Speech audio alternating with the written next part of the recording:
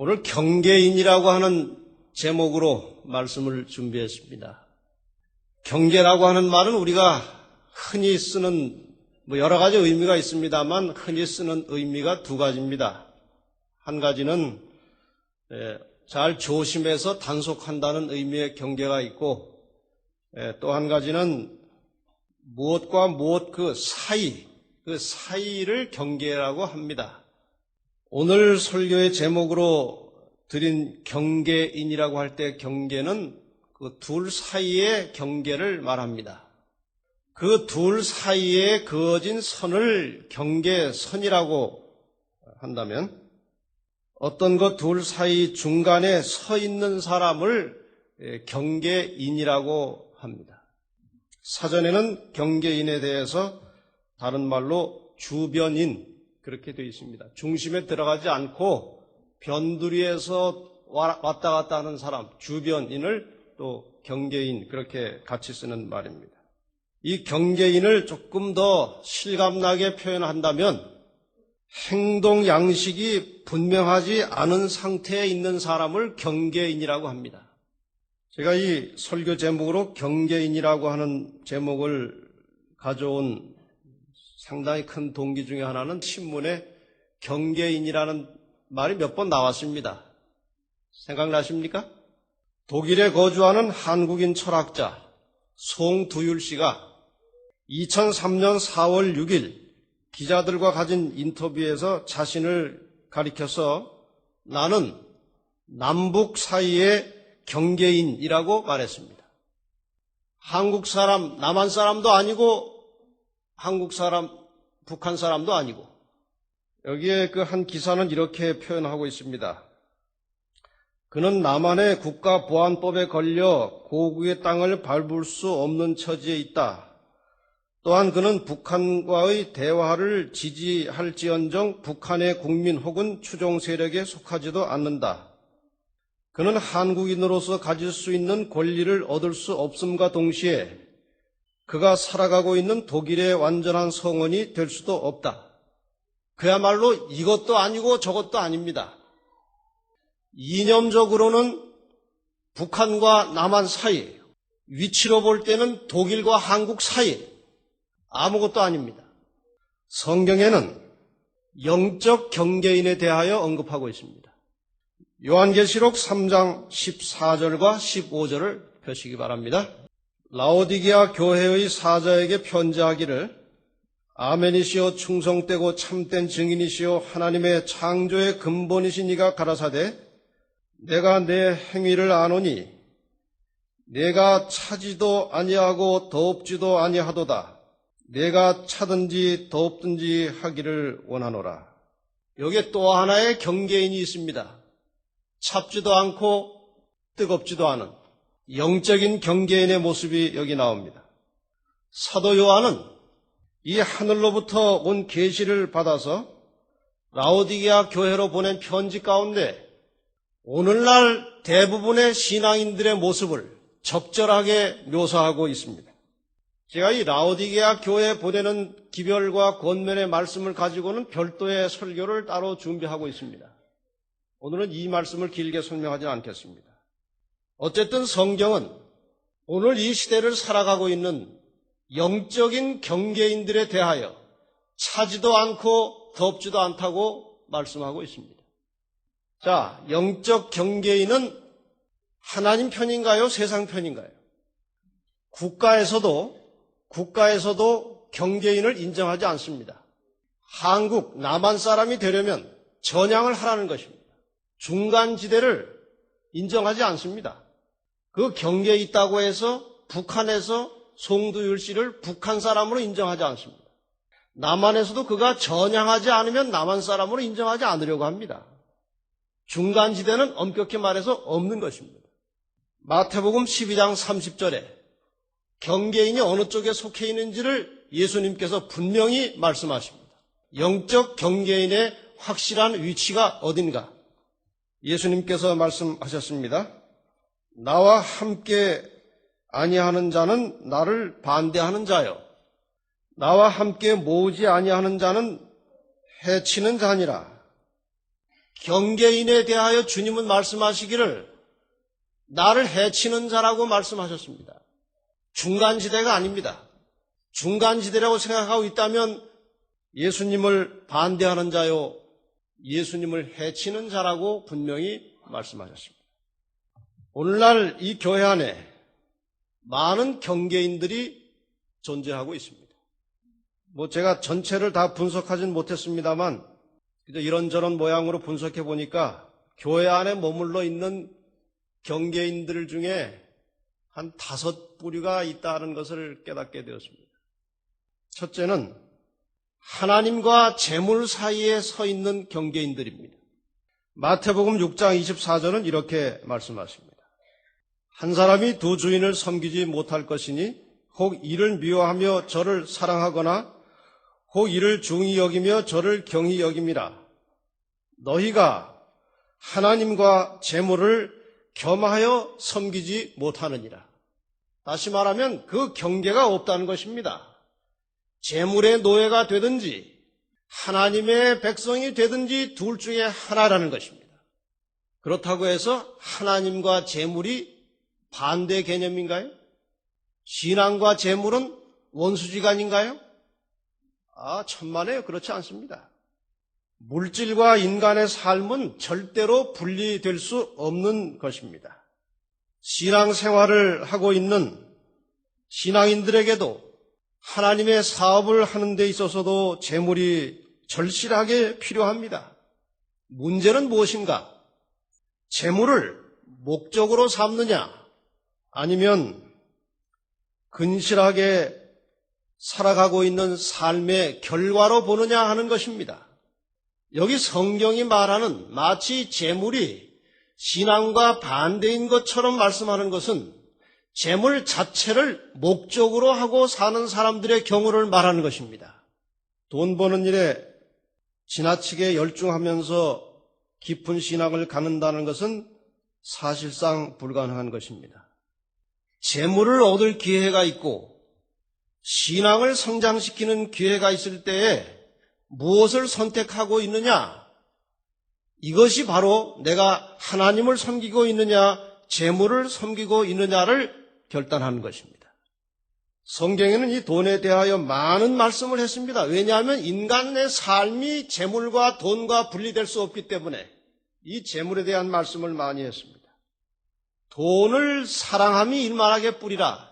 돈 자체가 악의 뿌리라고 하지 않았습니다. 돈을 사랑하는 것이 악의 뿌리라고 하셨습니다. 부자가 하늘에 들어가는 것이 낙타가 바늘구멍으로 들어가는 것보다 어렵다. 불가능하다는 말은 아닙니다. 쉽지 않다는 것입니다. 부자도 얼마든지 하늘에 들어갈 수 있습니다. 성경에 많은 예외가 있습니다. 욥도 대단히 큰 부자였습니다. 그러나 그는 하나님을 진실하게 섬겼습니다. 예수님께 자기의 새로 판 무덤을 내어준 아리마대 요셉도 부자였습니다. 그러나 그는 예수님을 진정한 자신의 구주로 영접하였습니다. 가난해도 부자가 되려고 애쓰는 사람, 재물 자체를 목적으로 삼는 사람은 하나님의 편에 설 수 없다는 말씀입니다. 두 번째, 다 개념이 비슷합니다만 세상과 교회 사이에서 살아가는 경계인들이 있습니다.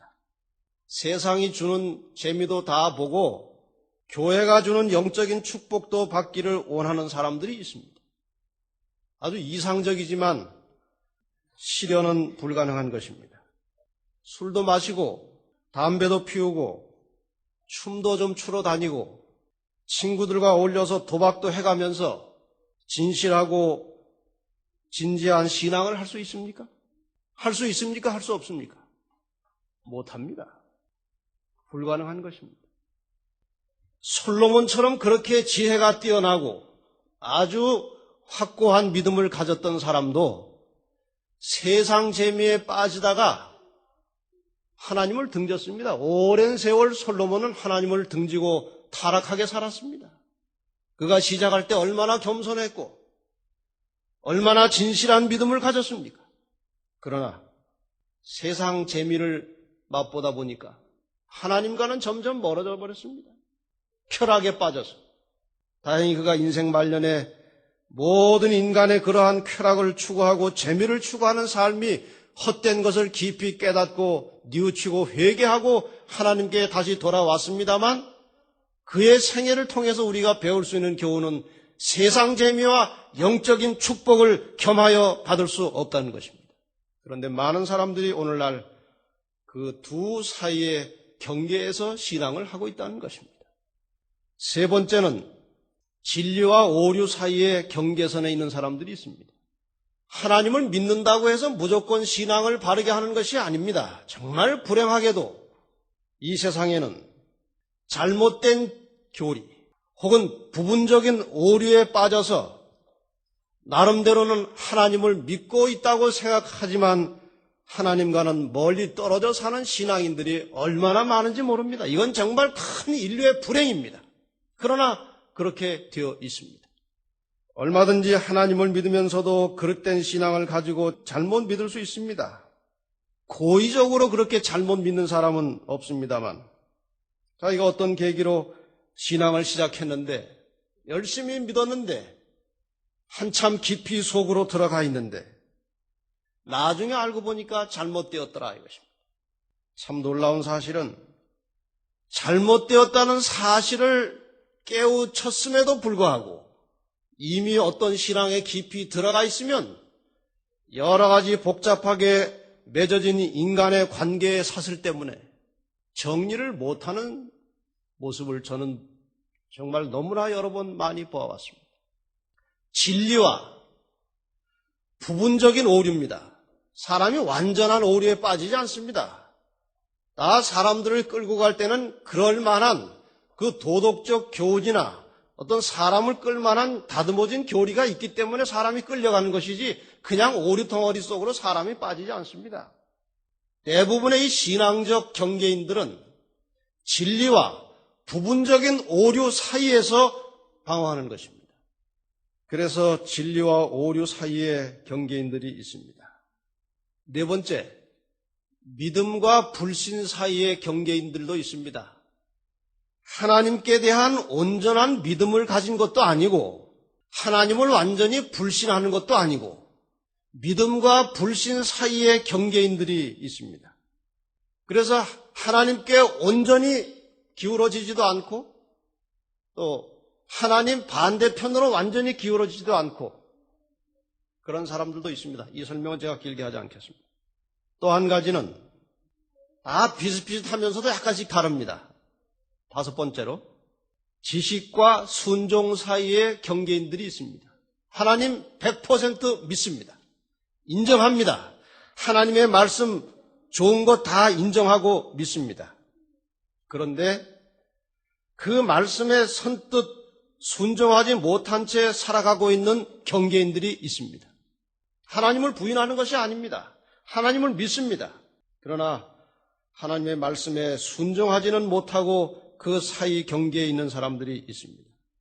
조금 더 다른 표현으로 하면 지식과 습관 사이입니다. 하나님의 말씀은 이렇게 되어 있는데 자기의 생활 습관은 저렇게 되어 있습니다. 하나님 말씀이 옳은 것을 압니다. 그 지식을 인정합니다. 그러나 그 사이에 있습니다. 며칠 전에 이 식당에서 한 사람과 대화를 나누게 되었습니다. 당뇨가 진행되고 있는 환자였습니다. 근데 이렇게 손을 펴면서 얘기를 하는데 이 속주머니 속에 담배각이 들었어요. 그래서 모르는 척하고 되게 지금 당뇨하고 씨름을 하시고 이렇게 식사를 좀 골라서 드시기 위해서 오셨는데 술, 담배는 하십니까? 물어봤습니다. 그랬더니 술은 끊었는데 담배는 하루에 한 갑 반을 피운대요. 그래서 그 당뇨에 안 좋을 텐데요. 아무래도 담배가. 예, 안답니다. 당뇨에 담배 안 좋은 건 알지만 끊을 수가 없다는 것입니다. 지식과 습관 사이에 지식으로 들어오지는 못하는 것입니다. 자, 이렇게 경계인이 좋지 않은 것을 알면서도 경계인으로 머물러 있는 이유가 무엇인가? 경계인이라는 말을 이제 한번 찾아봤더니 여기 이렇게 정의가 되어 있습니다. 오랫동안 소속되었던 집단에서 다른 집단으로 옮겼을 때에 원래의 집단의 사고방식이나 행동 양식을 금방 버릴 수 없고 또한 새로운 집단에도 충분히 적응되지 않는 사람이다. 신체적 성질, 언어, 의복, 습관 등의 차이에서 발생한다. 하나님을 믿지 않고 있다가 하나님을 믿는 집단으로 옮겼을 때에 하나님을 믿지 않을 때의 그 습관이나 사고방식이 좀처럼 새로운 집단에 적응하지 못하는 상태, 그것이 저쪽으로 가고 싶은데 노력을 많이 해도 좀처럼 안 되거나 그 속도가 더딘 경우가 있지만 어떤 사람은 아예 시도를 하지 않는 사람들이 있습니다. 비신앙인들이 또 잘못된 신앙을 하고 있던 사람들이 하나님의 진리의 집단 안으로 들어오면 분명히 상당한 그 생활 습관의 갭을, 차이를 느끼지 않을 수 없습니다.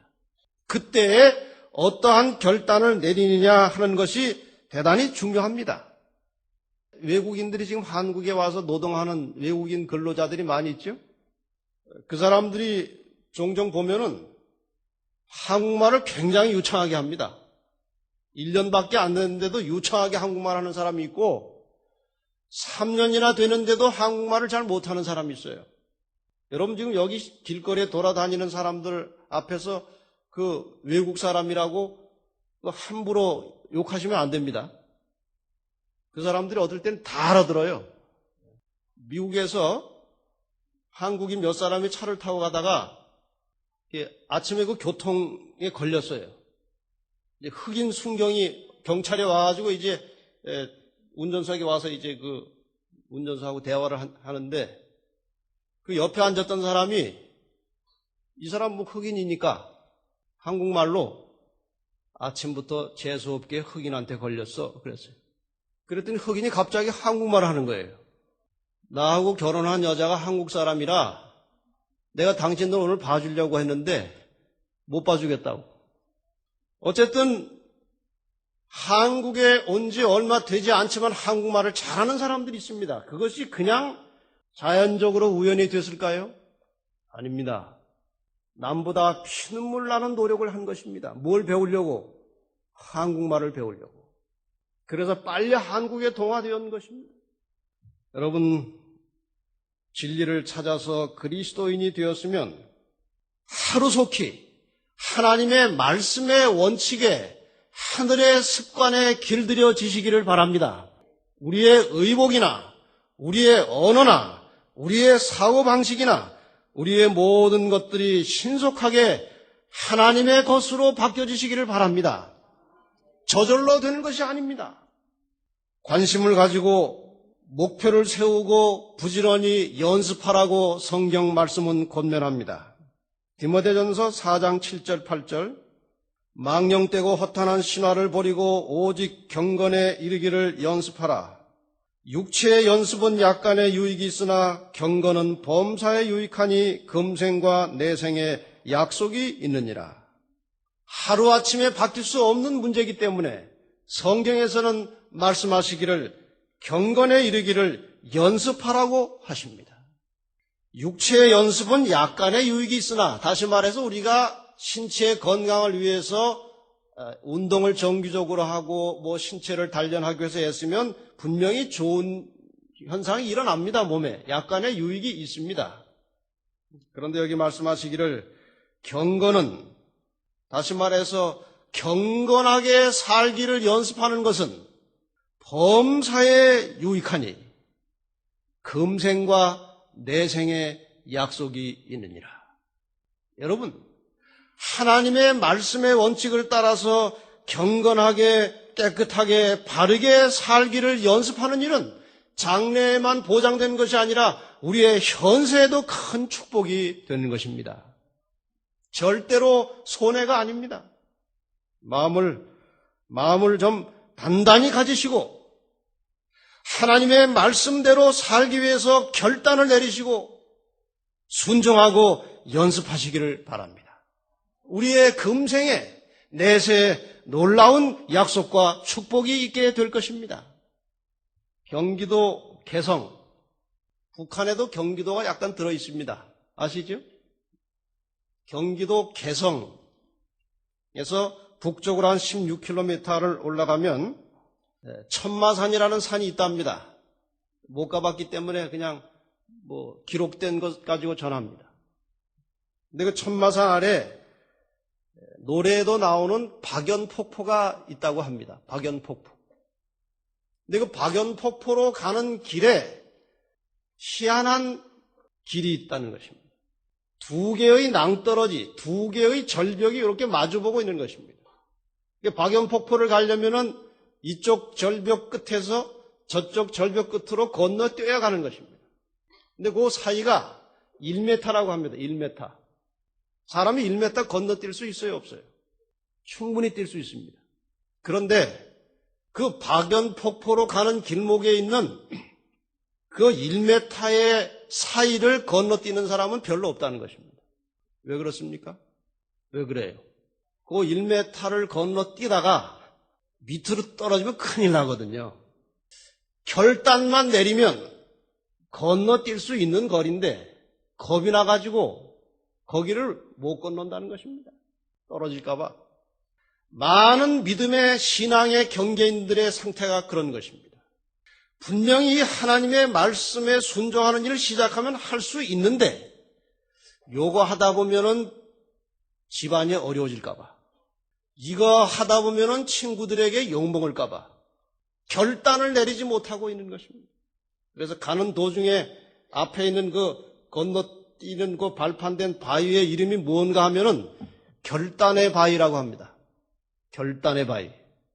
오늘날 많은 그리스도인들이 결단의 바위에 서서 그 바위를 뛰어넘질 못하고 있습니다. 여러분, 결단을 내리시면 성령님께서 우리를 도와주실 것입니다. 하나님께서 우리의 삶을 책임지시고 안전하게 지도해 주실 테니까 염려하지 마시고 결단을 내리셔서 경건의 삶을 연습하시기를 바랍니다. 우리가 대체로 세상살이를 위해서는 우리의 머리와 뼈와 근육의 힘을 아낌없이 투자합니다. 그런데 신앙에 대해서는 별로 힘을 쓰지 않습니다. 고의적으로 그렇게 하는 것은 아닙니다만 그렇게 길들여져 있습니다.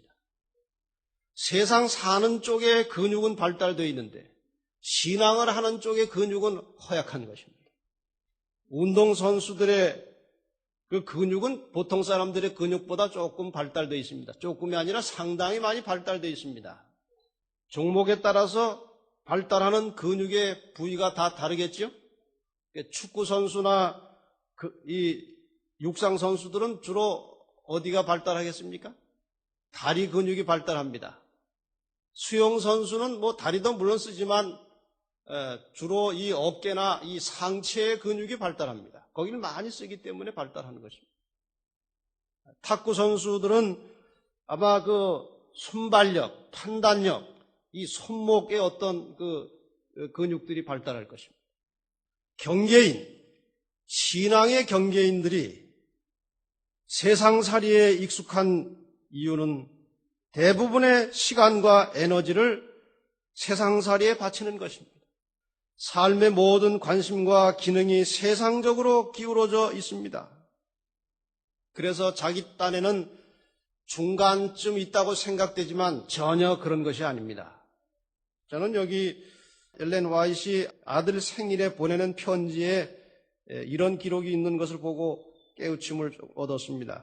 증언보감 1권 242페이지에 그 편지 내용 중에 이런 것이 나옵니다. 절반은 그리스도인이 되고 절반은 세상 사람이 되는 것은 너를 100분의 1은 그리스도인이 되게 하고 그 나머지는 세상 사람이 되게 할 것이다. 자기는 중간쯤이라고 생각하는 사람들은 실상은 99%는 세상이고 1% 정도 하늘이라는 것입니다.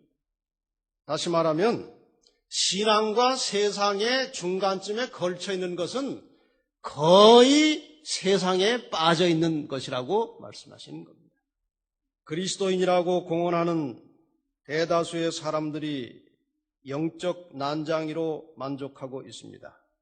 그들은 먼저 하나님의 나라와 그의 의를 구하는 것을 그들의 삶의 목적으로 삼으려는 확고한 뜻과 결단을 가지고 있지 않기 때문에 경건이라고 하는 말 자체가 외국어처럼 들립니다. 남의 나라 말 같은 것입니다. 경건?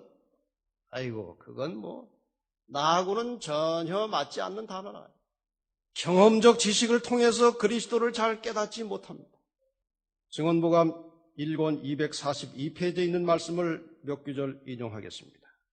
하나님께서 요구하시는 것은 영적 삶이지만 많은 사람들이 나에게는 영적 힘이 없고 나는 성령을 기뻐하지 않는데 왜 그런지 이유를 모르겠다라고 부르짖는다.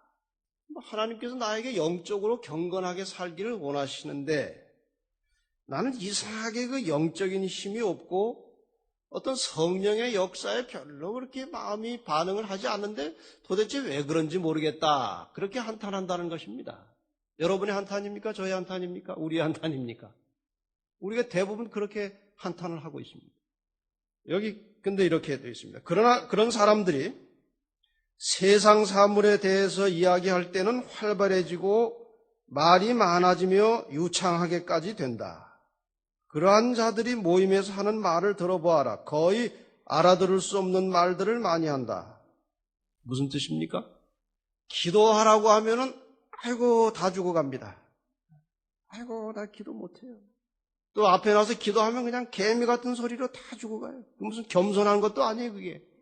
그냥 주눅이 들어버려요. 기도하라고 그러면.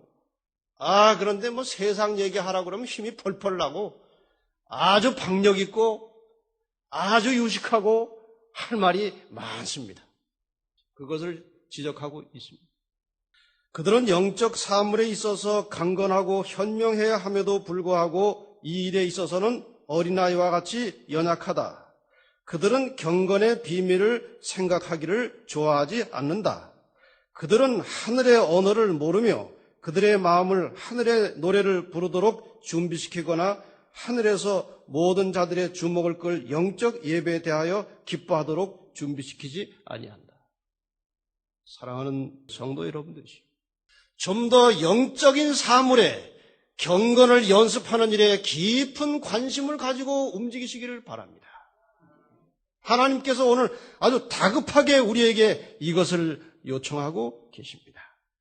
우리가 끝까지 너무나 오랜 시간 동안 성령의 음성에 대하여 귀를 막고 우리의 영적인 삶이 경건의 연습으로 돌아서지 아니하면 마침내 그동안 계속해서 우리에게 자극하시고 말씀하시던 성령의 역사는 거두어지는 것입니다.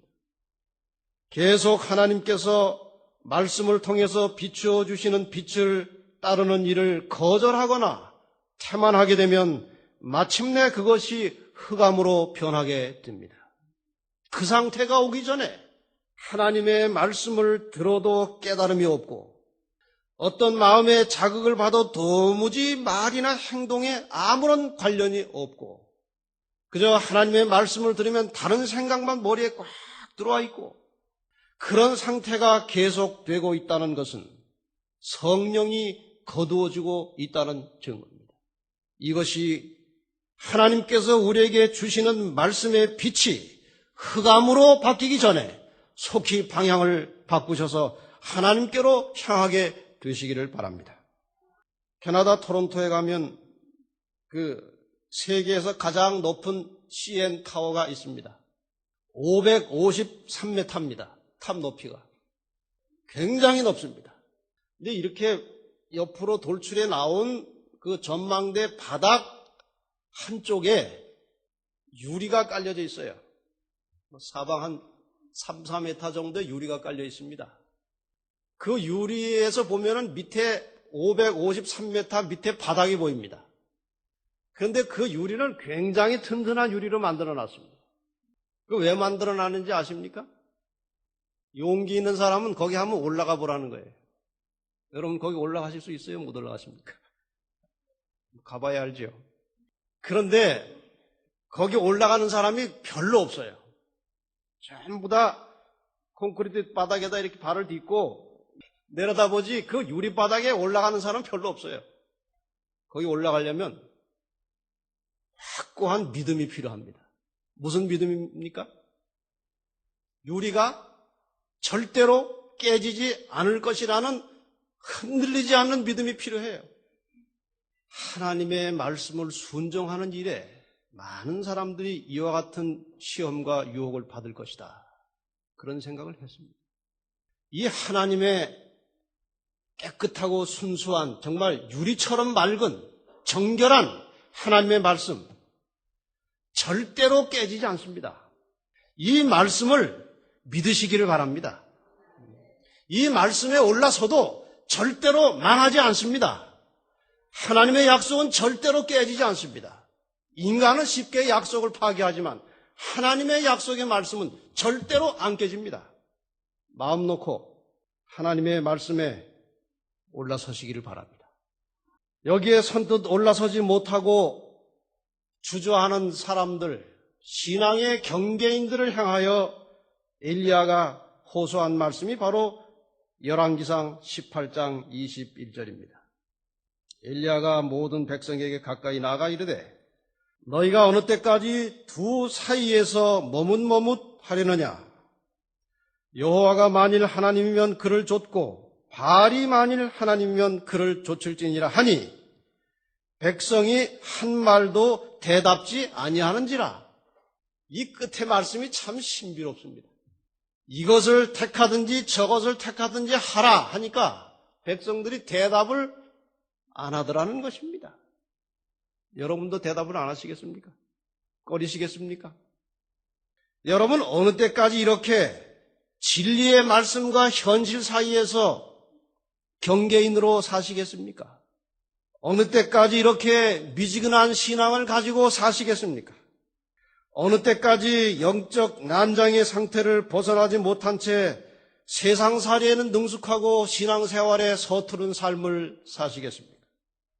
좀 더 진리의 편에, 하나님의 편에 확고하게 서시게 되기를 바랍니다. 그 백성이 한마디도 대답지 아니하는지라. 여러분, 이 우리의 지혜로운 하루하루의 순간의 결단과 선택이 마지막 우리의 운명을 결정하는데 영원한 갈림길이 될 것입니다. 오늘 우리가 분명히 하나님의 말씀에 확고하게 서서 결단을 내리면 정말 어마어마한 축복이 약속되어 있습니다. 영원한 삶이 우리에게 보장되어 있는 것입니다. 그러나 당장 현실의 문제를 극복하지 못한 채 여전히 경계인으로 남아있다면 주님이 오시는 그날 그렇게 부지하기 위해서 좀 더 보존하기 위해서 애쓰고 아끼던 생명은 영원히 끝나버리는 겁니다. 지혜롭게 생각하시고 판단하시고 결단을 내리시기 바랍니다. 아무쪼록 우리 모든 성도들께서 지혜로운 마음으로 하나님의 말씀에 대한 확고한 신앙을 가지고 경계인으로 머물러 살 것이 아니라 한 발 뒤로 놓고 더 중심으로 들어가서 하나님의 말씀에 확고하게 서서 살아가는 성도들이 되시기를 간절히 바라면서 말씀을 마치겠습니다.